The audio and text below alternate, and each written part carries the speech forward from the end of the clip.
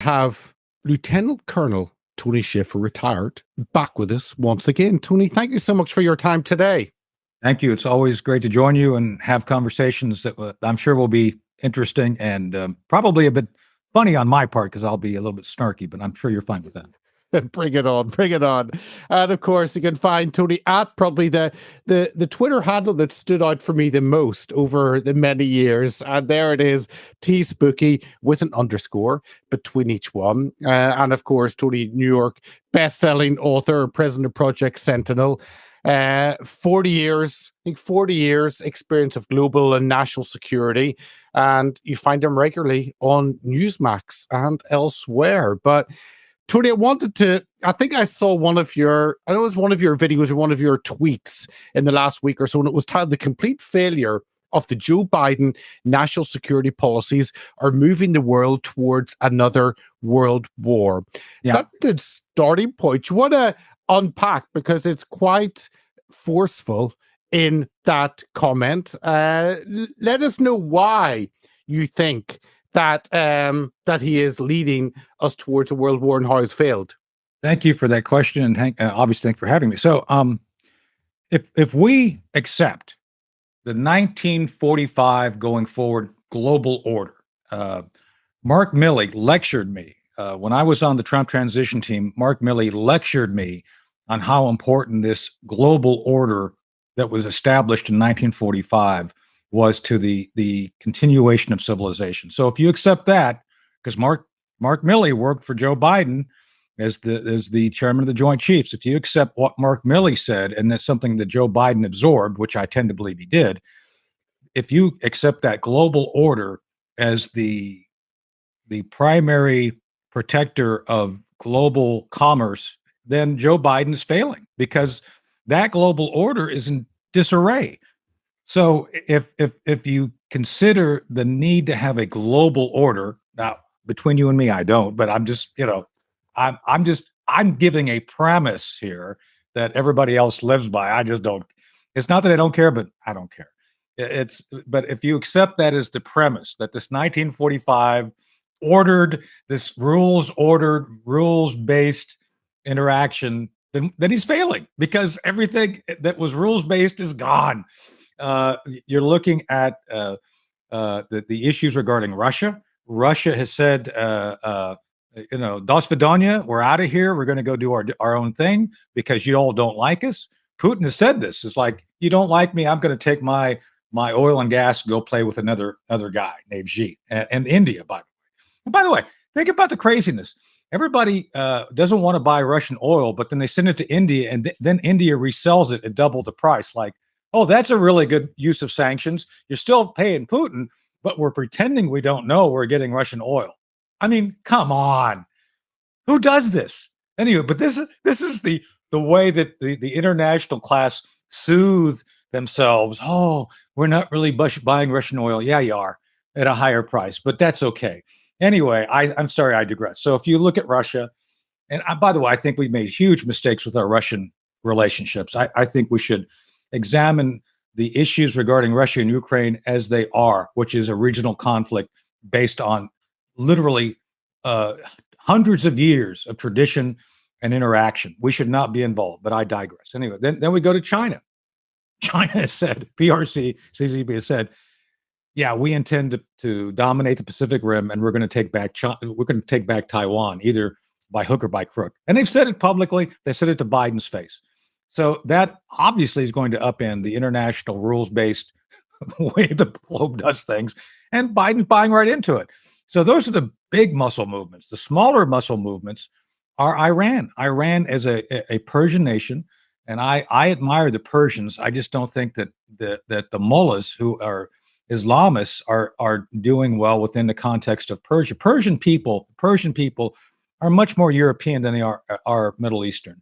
And I think we've missed huge opportunities reaching out to the Persian people and trying to say, hey, you don't want to be under these knuckleheads who basically become the largest state sponsor of terror. And that we should have undermined their governance, not taken them on tactically. But if you're looking at tactics, they've been very successful. The mullah has been very successful in arming, training, and otherwise directing a range of terrorist activities all through the Middle East, everything from Hamas, as we know, Hezbollah, which is a major political party within Lebanon, the Houthi, who used to be literally running around in the back of Toyota 4x4s with AK-47s, now have sophisticated weapons to take down tankers. In 2 years, I mean, okay, that just happened naturally, I'm sure. And so you look at all this, and then you look at how they've alienated our partners in a number of places. Again, in the Middle East, to start there, the Saudi Arabians were ready to sign up for the Abraham Accords and do these other things. Well, we've completely alienated them. The Egyptians are upset with us. Jordan's upset with us. All the natural alliances that we created to help settle and maintain stability, if that's your goal, are in tatters. Joe Biden, Joe Dunford, chairman of the Joint Chiefs, Joe Dunford, did something called the by, with, and through strategy under President Trump, where he actually used our proxies, to include Iranian proxies, to defeat ISIS back in 2017 to 2019. I was there. We documented in a series called Chain of Command with Nat Geo. So that's a long answer to justify my tweet saying we may be at the brink of war, because if you take and remove all of these relationships and safeguards, you have chaos. Chaos tends to give advantage to those who are most suited to chaos, and that is the totalitarians who want the chaos to upend the 1945 global rules-based order. So there you go. That's my answer. Well, I want to pick up on a couple of those countries, and we've seen a lot of different attacks. You could go back to October the 7th, but November and further on in the Red Sea. But before I jump into that, the issue of U.S. engagement, because the U.S. has been very involved. We see it as the world's policeman over in Europe, for better or for worse, probably a lot of times for better. Sometimes, yes, I agree. Yeah, but you've seen that engagement, that interventionism, and yet under President Trump, it was much less interventionism, but it was still from a position of strength. And yes, how does it engage? Is it simply that the America has pulled back and is pulled back but shown itself to be weak? Is it American weakness that actually puts the current chaotic situation in play? Well, ultimately, all of those situations I went through is based on American weakness, the lack of engagement. Again, I'm not a neocon. I am not one of those who says the first action in a world crisis should be the use of U.S. military strength. That is not the answer. That is not remotely the answer. What I do believe is that we should be a good neighbor. We should be a good partner. We should especially work with those who share our values. You guys have become a key and continuous ally. Five Eyes, I love my Kiwi friends. I've been in combat with my Kiwi friends. I mentioned when I was coming on, I'm now on Australian TV on Channel 9 as a contributor. I enjoy the discussions with these folks because we do enjoy a pint of beer and a go at sports and having a reasonable expectation of comfort and security for our families. But I don't believe we should use our strength as nations who are invested in freedom to undermine the interest of others. That is to say, we don't have the right to go around using our military weight to be imperialists. I think we tried the imperialism thing in the 19th century, didn't work well. We're past that. Thank you. With that said, there are clearly places where we can come in and be helpful. For example, in the issues regarding Europe, I think we, the United States, have shared your interest in being out of the EU. I think the EU sometimes goes in directions which is not healthy for Europe. I believe we should be helpful with the Germans, with the French. We should be their friends. But it's not our job to basically fight their wars or basically help them do things that they don't want to do themselves. NATO, for example, I believe we should be in NATO. I don't believe NATO should be expanding. NATO is a defensive organization that was created as an answer to the Warsaw Pact. There's no evidence right now that NATO should be expanding. As a matter of fact, NATO adventurism, I think, has been largely the reason we've destabilized Africa. Libya, for example, is a huge mistake. That was something that we engaged in for all the wrong reasons, and now we have literally slave markets that you would have seen in 1880 now back in Libya. These things are not helpful. So I'm saying that while I think we should be strong, we should have good policies, the adventurism that has been proposed and implemented at some times is not helpful, nor something that we should sign up to. So there's a balance, in other words. I think we need to show strength and resolve when it's necessary. Other times we should demur and say, this is not our job. Muammar Gaddafi may be crazy, but he at least has been able to settle his nation and bring some level of prosperity to his people. Does he want to create a new currency and go to a different direction? Yeah, let him go. Not our job to determine what's best for his people. And if people want to sign up for that, go do it. And so I think this is where there's a line to be drawn. And also right now, a similar thing is the BRICS countries. If they want to go off in that direction, Godspeed, go do it. I just don't think it's going to work out for them because most totalitarian nations, especially Chinese, PCCP, are not gifted in creating conditions for prosperity. They're still communists. And as much as I say we should be outside of the dealing with Russia, Russia still has some problems with their economy. They've recovered pretty well, but they still have oligarchs which largely rule that system. And if those oligarchs aren't happy, then there's a lack of prosperity. But again, it's not our job to upend the oligarchs.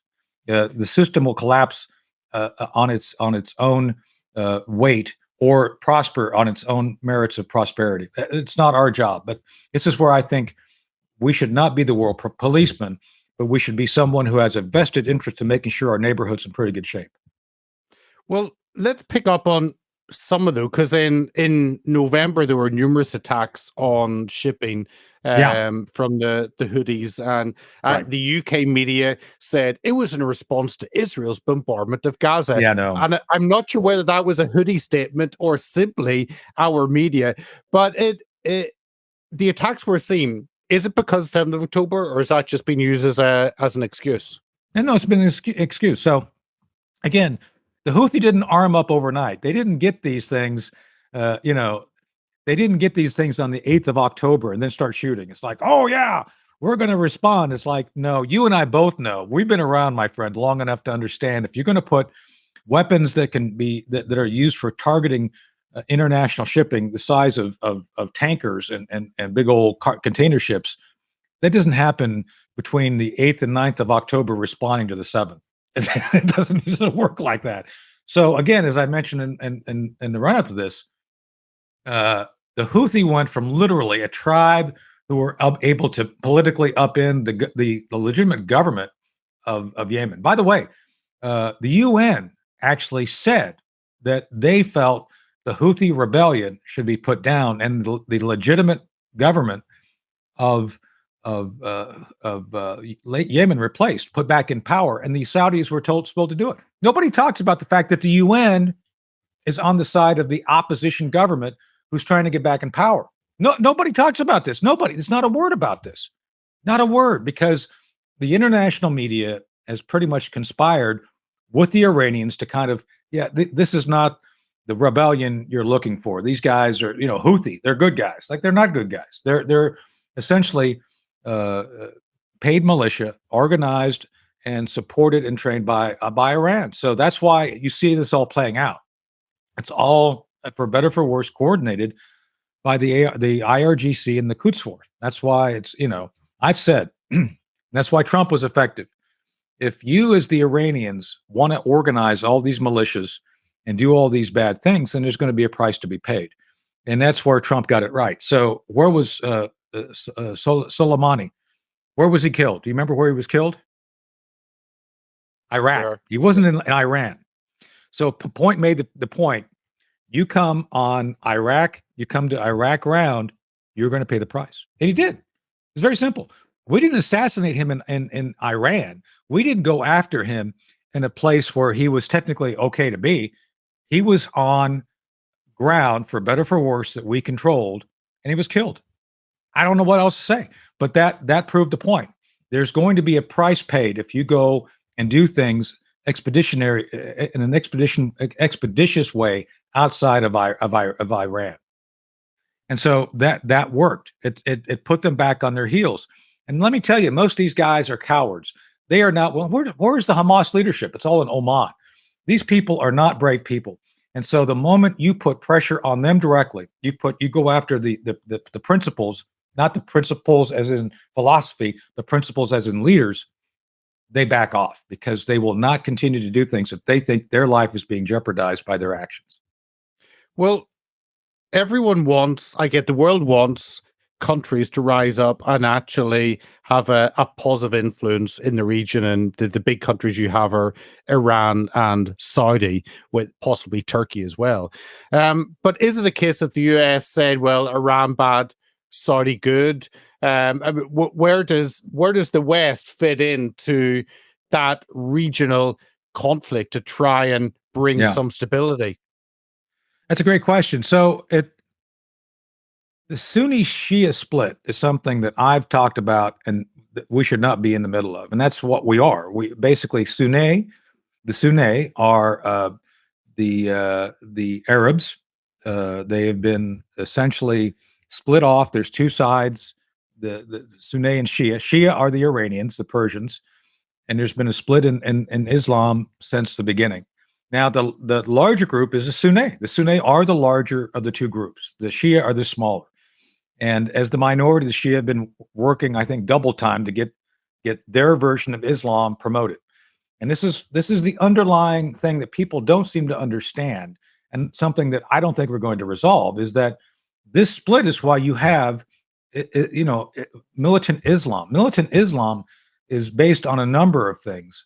One of those is, yes, that there's a belief that they need to basically overcome Western civilization. I don't dispute that. I've talked to scholars in Islam who basically say, yes, ultimately, if you read the Quran, the ultimate expression of the Quran is for global domination of some sort. But the other issue is, how is that done? Well, how that's done is because there's two splits in the premise of what Muhammad said. Now, I'm not a scholar. I would butcher whatever I go into beyond this point. I'm just saying, fundamentally, there's a split and those two groups hate each other, and that hate has resulted in a number of wars and will continue to do so. We're not going to resolve this. But at this point, because of that split, the United States has been split. There's been a split of philosophy regarding who do we work with as our proxy in the Middle East. Since Zbigniew Brzezinski, the Democrats have wanted to work with Iran, and this goes back to goes back to the hostages. Believe it, Zbigniew Brzezinski was the guy that worked for President Carter in the 70s. So that's where the Democrat, even during the hostage crisis and all the things that went wrong with that, Zbigniew Brzezinski, as I think he was either the national security advisor to Carter.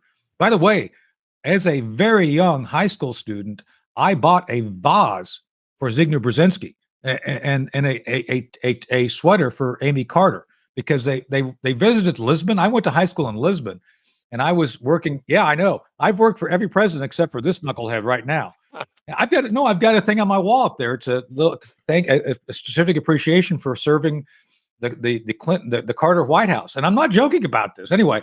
But as an aside, I did actually buy a vase for Zbigniew Brzezinski as part of the embassy staff. So, and I regret that. I regret supporting Zbigniew Brzezinski by the fact he has gone, done all these bad. Anyway, I digress. I'm back on the topic though. Zbigniew Brzezinski the Democrats wanted to have the Iranians and the Persians as their preferred partner. I don't know why, because obviously after the hostage crisis, in 79 and 80, I think the 80, as soon as Reagan came in, they let the hostages go. But somehow the Democrats have always been focused on trying to fix the relationship with them. So the Democrats, I don't know why. Republicans have gone completely the opposite way. They've tried to work with the Arabs, Saudi Arabia, Jordan, all these other nations. And there's actually been massive investment in this, by the way. The United States has invested heavily, not only in helping those countries develop their infrastructure for oil, which we have, but also the military. President al-Sisi of Egypt, he's a War College graduate. We have educated at least 4 generations of military officers in these Arab nations now. As a matter of fact, that's the basis for the Arab NATO that we had proposed to President Trump before he became president. It's like, hey, you need to pull the string on this. These guys have all been trained by us. They probably have an inherent respect for Republican governance. We should actually encourage that. Use them as a proxy, because Al-Sisi, he's went from general, field marshal to president. Why not work with these guys? Because I think they recognize that that their nations as Republican democracy transitioned. You can't force them to be democracies. I think a lot of these guys recognize that, hey, maybe being like the United States, having checks and balances is not a bad idea, but you can't tell them to do it. You need to let them figure it out. Anyway, so that's the split. You have the Arabs and the Sunni, who were kind of the partners with, and the Shia and the Iranians, who were the others. And so that's why there's a fundamental difference. And obviously, the biggest potential damaging factor coming into this is Iran with a bomb. This is why I'm very circumspect about a nuclear Iran, because the moment Iran has credible multiple weapons, it's not about, I think they've got a couple right now. I mean, who doesn't, right? They've got a couple of weapons. The North Koreans gave it to them. They're basically trying to establish a path to essentially multiple weapons, deliverable weapons. And they're not there yet. So the moment there's a credible program that shows the Iranians can produce on assembly line basis nuclear weapons, that's when, as the Sunni, as the Shia, the Sunni, the Arabs are going to arm up as well. And it's going to be a lot quicker, because they've already bought them. Pakistan, being a Sunni country, has already produced the weapons the Saudis are going to get. They're sitting in warehouses in Rawalpindi. So, simply because the Saudis don't have weapons in their country doesn't mean they don't have weapons. Just saying. So this is what I think we have to be aware of, is that if this continues, with or without our involvement, there's great danger to the world of a second nuclear arms race, which I don't think anybody would benefit from. So. And then on top of that, you've got the US airstrikes in November and January, taking out Iranian elements in Iraq. Yeah. How did you, and that was before the UK got involved, that was simply the US doing it themselves to protect interests in that sea of water in the Red Sea, which is quite essential for world trade. What were your thoughts whenever you saw those attacks from the US with Iranian militants in Iraq? Well, they weren't effective. It's like, Sun Tzu has a really great quote I've had to use a lot lately. Tactics without strategy is the noise before defeat. It is. So there's all these, we're going to go after this. This is like, do you know what Vicks Vapor Rub is? It's like a Vicks. So this is like being diagnosed with pneumonia and the doctor giving you Vicks Vapor Rub to put under your nose. Seriously, that's what it is. It's like, dude, you're not actually going after the root problem. The problem stems from the larger context of what I just said. There's a larger battle going on until you start getting inside to understand how everything is trying to expand out.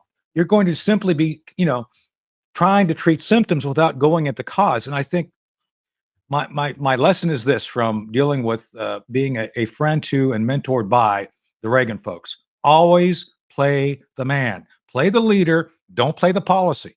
Reagan was masterful in going and trying to understand the people involved in this. Yeah, these things are all being directed, but there's a handful of folks who are actually the ones implementing the policy. That's where you go. You go to the center of gravity.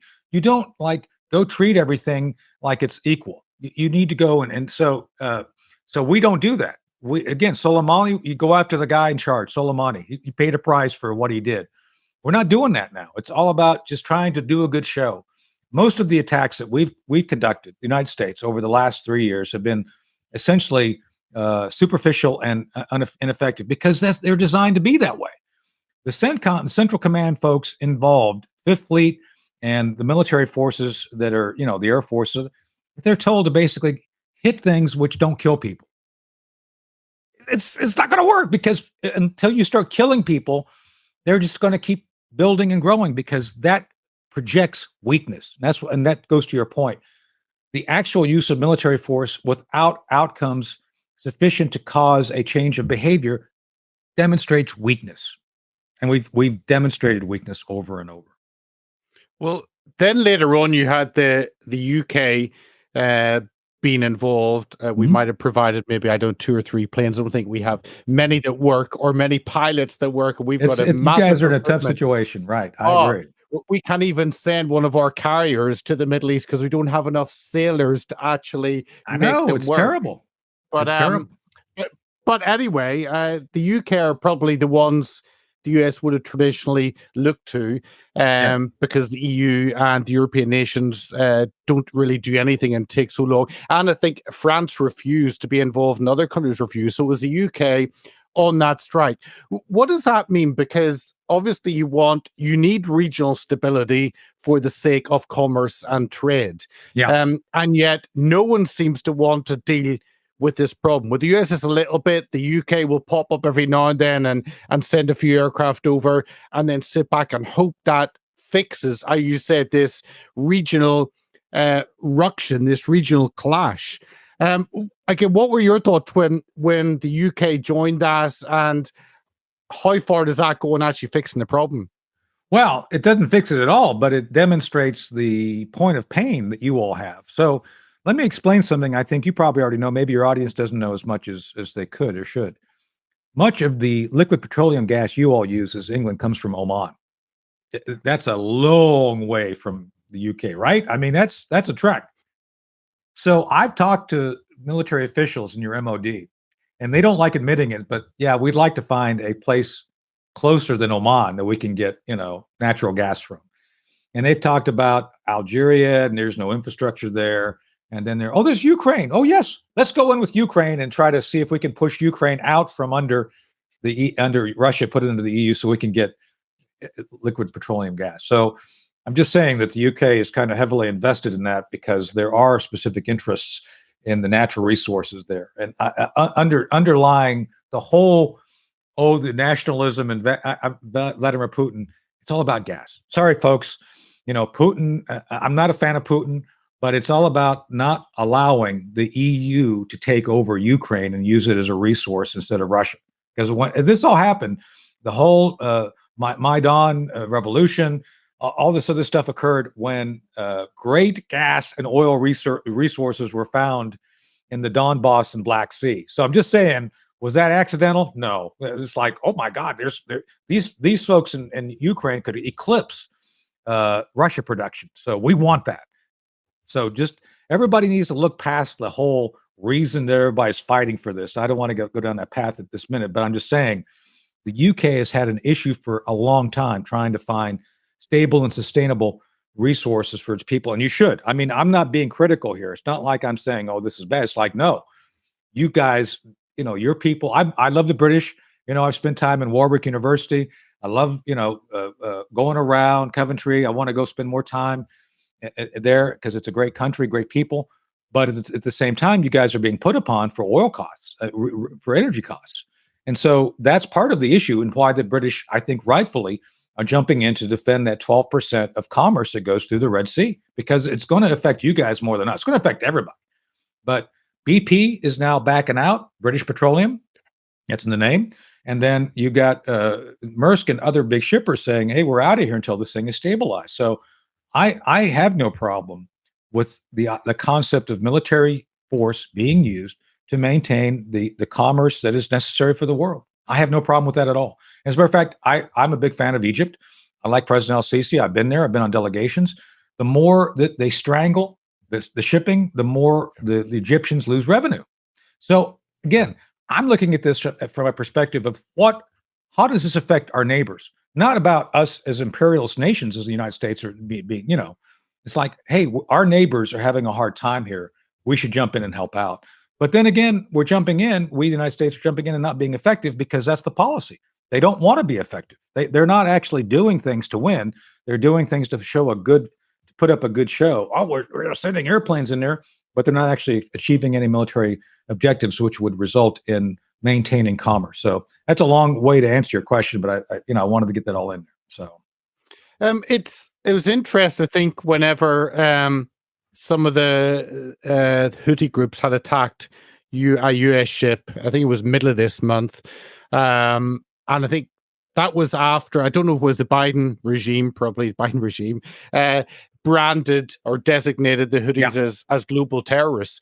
I mean, what kind of goes into that? I'm curious to know why that had not happened up to that point, right? And how that changes things. Does that then let the military have a greater say in what happens, or how does that work? No. So this isn't. So we have a list of global terrorist organizations, and by the way, this is a special designation. This isn't even really putting them back on that list. And by the way, they've got another 3 weeks to basically wreak havoc before they're placed on the list. Think about that. They're not on the list yet. It's like, we're warning you the 15th time we're warning you, you need to stop it. So no, it's a strongly worded letter. Strongly worded letter. And to your point then, no, it's not going to actually change anything. Theoretically, you're supposed to put both economic sanctions as well as diplomatic sanctions on this, but they don't have diplomatic relationships, so they don't care. And regarding economics, they're already a proxy of Iran, so Iran's going to continue to furnish whatever they need. They're not actually breaking the chain between Iran and the Houthi, and until you do that, it's good. They're going to continue to thrive, and that's my point is that someone, I think Joe Biden, saw as part of their party's philosophy of trying to warm up and reestablish the joint agreed upon framework for the nuclear deal, which I've argued that nuclear deal was never to prevent or dissuade Iran from getting a weapon. It was a hardened path to get the weapon. It was just basically setting up points in time where things could be measured, but ultimately the outcome after the Obama administration was long gone would be a weapon. And that's what I've argued. There's evidence of that too, I think, to justify my comment. And so that they wanted to revise that as part of their agenda coming in. That is Biden coming in. So what else do you do? Well, Houthis a group that we acknowledge as being supported by Iran. We'll take them off the list. That's why that happened. And then even now, because the Biden administration is so focused on trying to get back in good with Iran, they're putting pressure on Israel. The pressure on Israel is, we see little glimmers of it, where they're trying right now to push this two-state solution that would absolutely add nothing to any security for anybody. Yet Blinken constantly says, "Oh, well, this is a necessary step for security." Security for who? And nobody. This is what I hate about the media. It's like, ask him the next question: security for who? Who will benefit? Because he just says, "Oh, this is necessary for security." For whose security? Because they had a de facto two-state solution, and Hamas blew it. I'm just saying. So, but back on your question, I think that's why all the different Iranian proxies were essentially acknowledged by the Biden administration and let go. It's like, okay, you go do what you want. And so the last thing that Biden wants to do with Tony Blinken, but did you know that Tony Blinken had a rock and roll band in college? Because he's redone that. His nickname in college was Spanky Banana. Did you know that? I don't know if you knew that. So I don't know where to go with that comment. I don't know. I don't either, but I use it all the time, and people really don't know where to go with it. So it's great. But anyway, back to Spanky Banana and Joe Biden. They're not related. Well, maybe they are. But anyway, the bottom line is that the deference given to the Iranian regime has given such power and force to all of their proxies. We see this destabilization. So this is another extended answer to your original question. How are we going closer to World War III? Because the very policies of the Biden administration are actually fueling, and plus they've taken and allowed sanction relief of the Iranians. That's put billions back in the coffers of Tehran. So, if you have a terrorist and you give him money, what's he going to do with it? He's going to terrorize. It's kind of obvious, This is not rocket science. Finishing off on the politics side, in the beginning, you talked about your kind of time with different presidents, and I know you've kind of given advice to the Trump team before. I did. You gave, sorry. So, looking ahead, then, Biden has 10 more months. Of course, that's going to be, putting that aside, how does President Trump coming in fix this? Because he has ideas. He has a vision. He has strength. He knows what he wants. Where at the moment, no one seems to know what they want apart from damaging America's interests. So, how do you see a Trump presidency affecting the current situation? So, I can't think of a single policy that the Biden administration has that Trump would keep. Not a thing. I mean, this is what they're really afraid of. And they understand that Trump has been bloodied. He's, I think, figured things out. I argued here on your show before, on your podcast, that Trump made huge mistakes in the beginning. He accepted far too many people in who were not on board with his policies. Reince Priebus, I wish, I wish you could have been there to see Reince Priebus see me walking through the White House when he saw me there that one time, because I was, I don't like those guys, and I don't hide it. I'm not a rhino, so I don't. It's like, God, I just don't care. But it was like he saw a ghost. And so people like me who basically weren't buying into their line of BS were like holy water. We were just, and it's not like we're smarter than him. We're not. And it's not like we believe we have all the answers. It's just we have a contrarian view to what they want. We don't believe that we should just status quo and go, just let everything kind of go where it's going, because I believe status quo, to the nature of our conversation, will result in world war and catastrophic failure of global economy. I just think it will. I think it's inevitable based if you look at, I see trend lines, I see where things are going. And it's not like I'm a soothsayer or a gypsy, but I have a sense for things based on being an intelligence officer and watching trends. And the indicators are that all the policies that Biden put in place are going to ultimately fail, either fail us, the United States, or our allies in some form. And so Trump's going to stop it. It's like, hey, all this Ukraine stuff, the way you put the brakes on, stop funding it. Stop funding the insanity. It's not our job to defend the Ukrainians. And think about this. Ukrainians went from being the most corrupt nation in Europe, well, behind Russia, to they're saints. We need to do everything we can to support their version of FDR. It's like, okay, yeah, I don't think so. But I'm just saying that we need to examine that, because Trump is. And then regarding the Middle East stuff. And I just got a note from the Pentagon. I'll talk about that later. Anyway, I still talk to these guys. You'd be amazed who that was, by the way. But anyway, it's really funny being this. We do have our differences, and they get upset with me. But we can at least talk about being upset with each other. So anyway, continuing with the thought, the issues relating to the direction of the global economy, for example. Trump understood, and I worked with Steve Moore and his guys on the fact that Trump recognized national security is linked directly to global commercial and economic success. You can't separate it. And so everything Trump did, he did with an eye on how can our national security actually provide underpinnings for commercial success. Think about that. I mean, why wouldn't you think about that? How can we work the issues together in a way that they're complementary? And so I know Trump would return to that because he saw what little success he did have in that hybridization of those concepts. So I think that's an area which he'll return to. The other area he will not return to is some of the things that were learned about the restrictions on freedom of speech done by his own departments. This whole 702 thing and all these other things that have been used by DHS and FBI to suppress free speech. Those folks are out of there who did that. And I've recommended that over and over. It's like those people cannot be reformed. They need to go. Anybody who's willing to give up and jeopardize the future of the American Republic by giving up on their oath of office to protect and defend the Constitution and the people of the United States, they should not be in government. As a matter of fact, they should not be, in any position of authority, period. And I think that's going to be another thing that he looks at is how to do that.